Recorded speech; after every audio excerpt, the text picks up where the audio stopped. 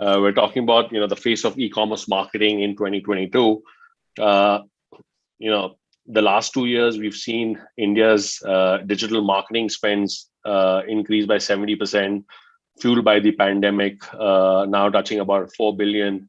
Lots of data around, e-commerce attributing 25% of this pie. And then D2C market size has actually increased by 110%. And I think, all of you here uh, are sort of enjoying the tailwinds of pandemic, sort of the silver lining. So I won't kind of get into the basics because we're all we're speaking to marketing mavens here, but with digital being forefront within the e-commerce segment in 2022. Want to kind of get into some of the more advanced marketing, tests, tactics. Maybe you've already tried it in 21 for our viewers. So with that, Shivani, we'll start with you. There's a lot of buzz around live commerce now, especially with the way conversion rates, especially in China and US markets that have been very aggressive with live commerce. Testing it out, conversion rates have actually been about 30% according to a number of studies. Is this something that you want to try and put into the mix, or is something you've already tried? Maybe we start with that with you. I mean, you rightly said live commerce is reality today. And I think sooner the D2C brands accept and run with it, it'll be better for all of us. Because it really shortens the whole conversion cycle, right? From awareness to purchase, it really shrinks it for us. We have tried in some form or the other last year, whether it was watch and shop videos on our website or engaging influencers to actually conduct live sessions on Instagram as a platform. And we've seen success. So what we've done last year is test waters. But this year, what we're looking at doing is really scaling it up because we already have about almost 1,000 influencers on board as part of our affiliate program, which we call the Plum list, where we feel that we can very, very efficiently utilize their expertise from a live commerce perspective. So as we speak, what we're looking at doing is developing the tech around it and, kind of marrying what we already have to the technology so that we can kind of take it on a larger scale. So yes, it's very much 2022 agenda to really scale it up after having tested waters last year. I like the name Plum list. The Plum list, yes. I think that's what we call our affiliate influencer partners. Yeah. Awesome. Suneil, what's your take on live commerce? Any case studies? Are you going to be testing it out with your brand partners or have tested it out? What are your thoughts on live commerce?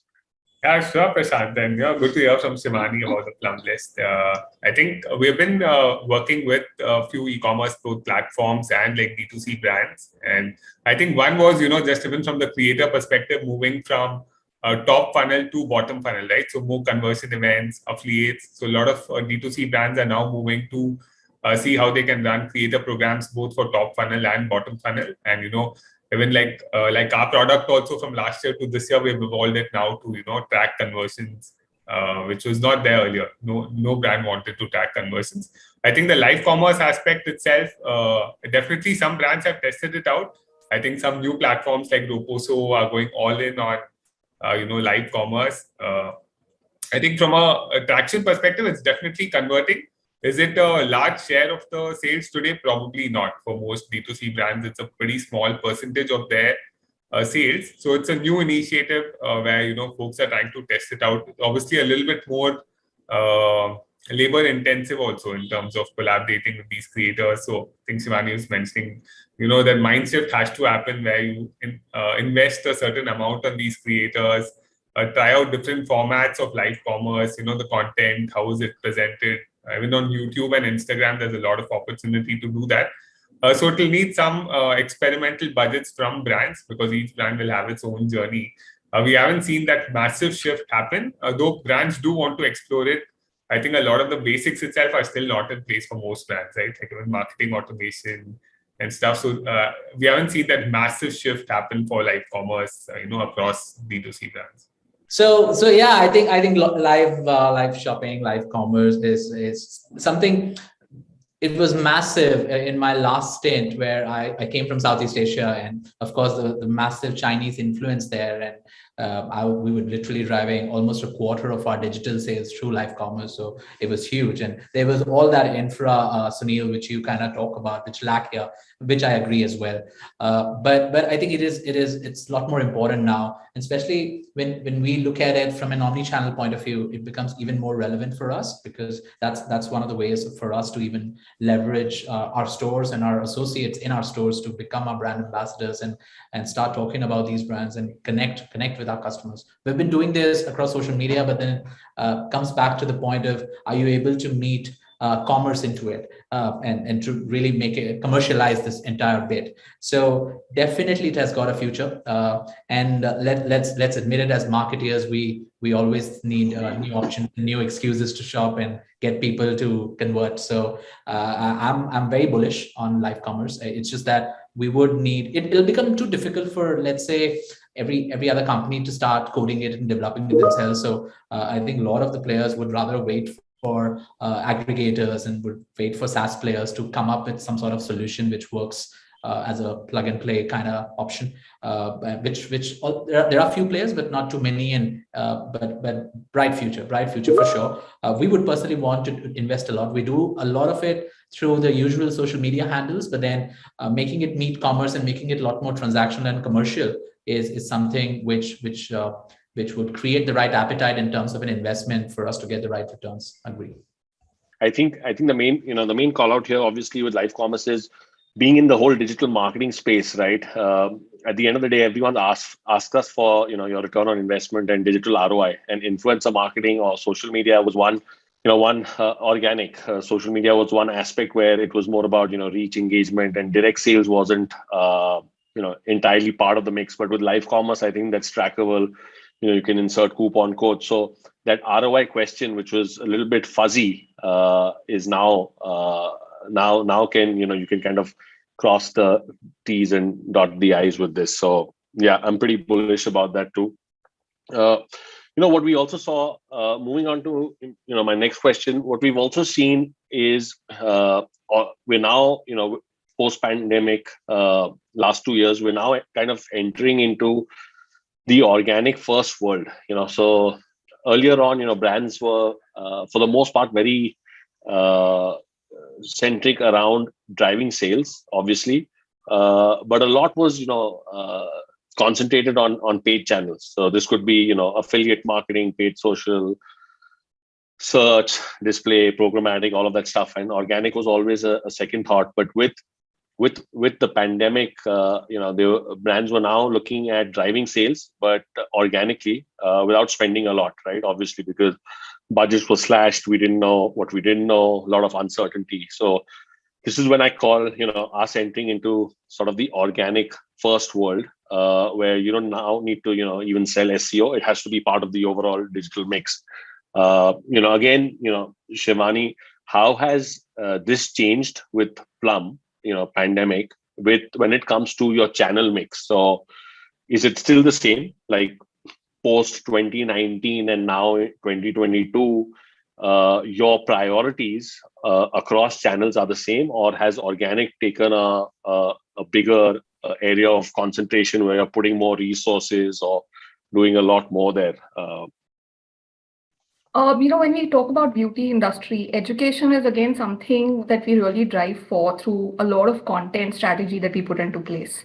So it's not something that has been a shift post-pandemic. It's been part of our strategy from the beginning, right? So all the content that we create on our platform is SEO optimized. We try to kind of find opportunities and give a reason for consumer to come to our website organically rather than trying to, acquire customers through a paid channel. I mean, CAC is a nightmare for every marketer today, right? So we really need to kind of move out of that, or like kind of find alternate solutions to that. So that's point number one. Point number two, what I was talking about the Plum list.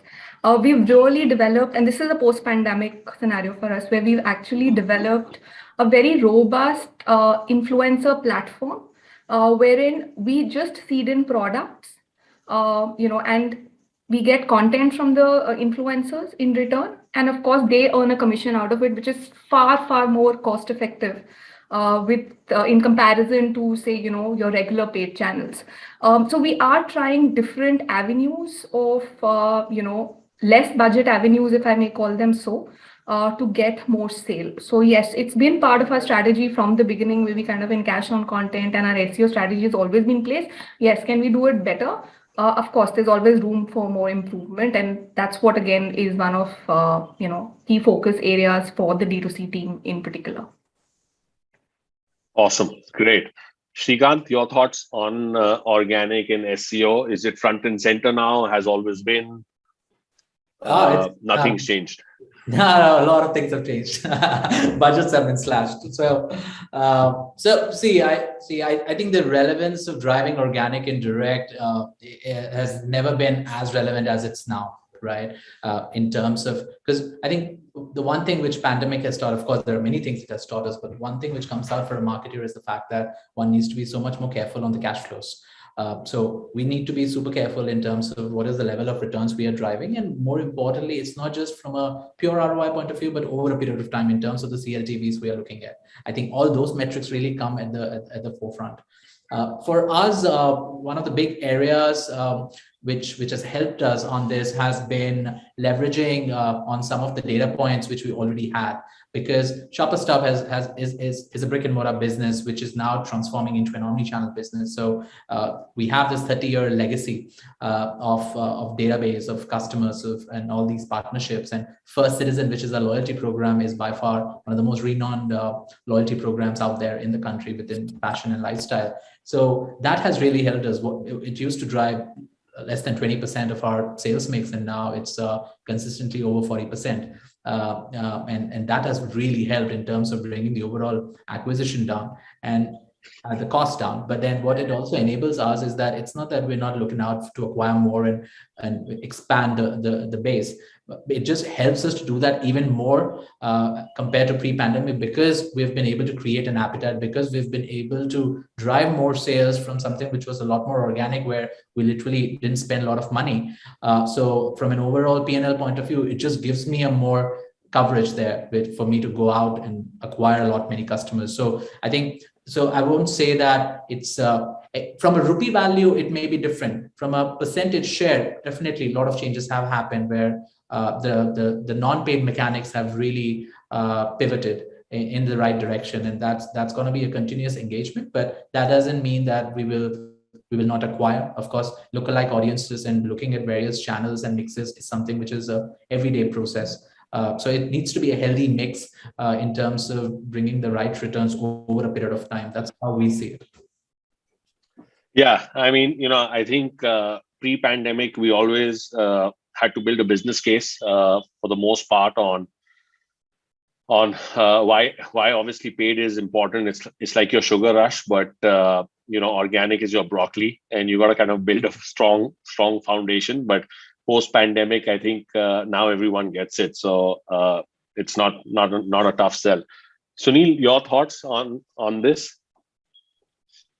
Definitely, Prashant. I think while as you mentioned, like earlier, it was some part of the budget. After the pandemic, I think clearly, April 2020 itself, we started seeing 3x in terms of the number of brands reaching out, in the lockdown, and that became our strongest growing teams actually. And I think from a budget perspective, we have seen that budget pre-pandemic to now grow around 5x for particular brands. So someone who's investing say 5 lakhs a month on content creations, probably looking at 20-25 lakhs. I think two drivers for that.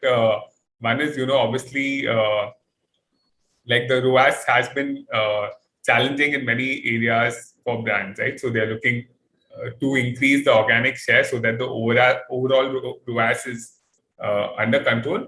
I think also from a LTV perspective, we have seen that organic customers, once you start getting them, then the repeat rates and all are much higher, and it's it's not the same click when it's coming. If you're starting to get people searching for Plum or Shopper Stop and then coming, their conversion rates are going to be much better. So your ROI is actually much stronger than what it is for paid ads. So we're seeing a lot of brands double down on content as well as on marketing automation. So, Web Engage, Clever Tap, Like 2 years back, we didn't even have a team. We used to have a couple of colleagues do these marketing automations, and now it's like really every brand is investing in it, and it's not a question of whether I should invest now. It's which tool should I invest, right? So the conversation has definitely moved. Yeah. Which is good. I think you need a balance of both paid and organic, obviously. So, yeah, no, absolutely. I completely second your thoughts there.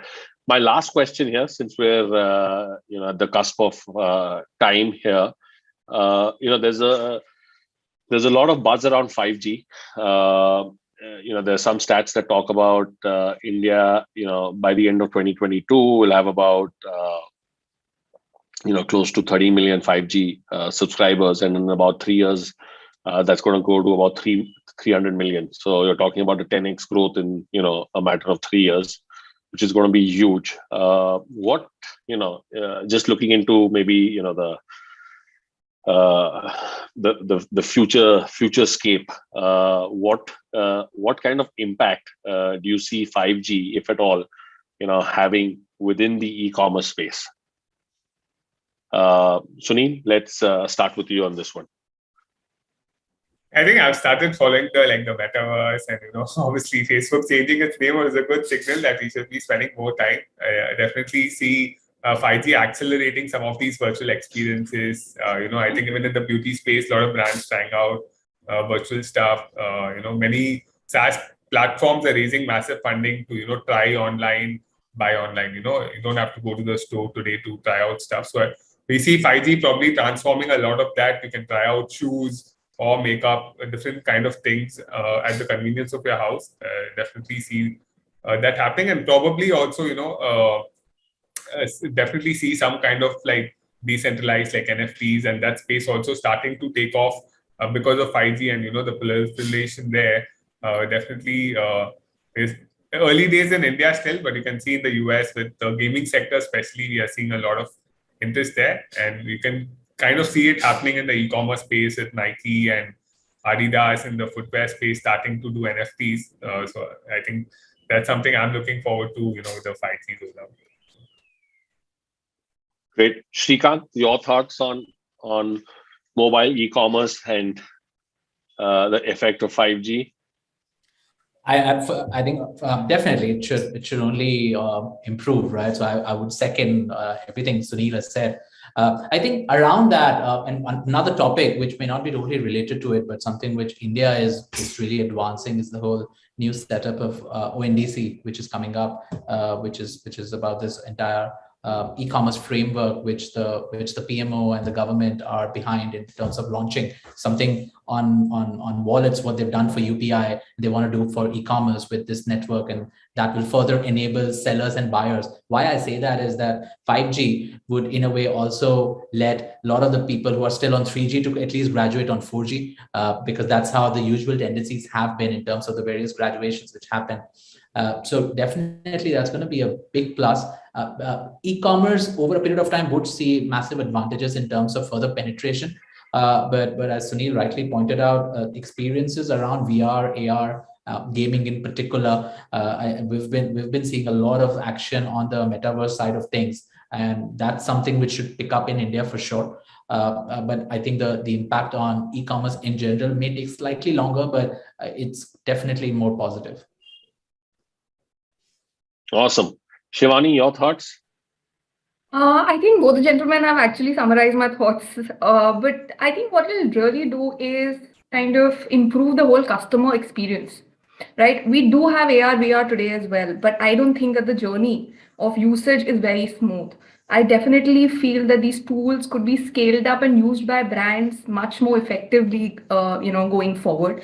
Even when we speak about live streaming, I mean, today we do face, whichever brands may have tried it, do face bandwidth challenges when it comes to it, right? So I think the 5G coming in will also fuel further, live commerce, which probably is at a very nascent stage in the country today. So I think all in all, I think it's a great news for e-commerce players. It's something that probably will even help, reduce your basic dropouts, which you kind of, get customers, lose customers rather. So I think all in all, great customer experience is what we can expect. And of course, that leads to better sales and retention of consumers as well. So I think it'll be a great move. Yeah, it's still early days for India. So I think it's all wait and watch for us for the now. Yeah, I just love it. I won't be like, seeing my internet connection being unstable while being a moderator. So I think that itself will be a big plus. AR, VR, we'll see how that goes. I want to thank all of you guys for being amazing panelists. Thanks for taking the time. Big thank you.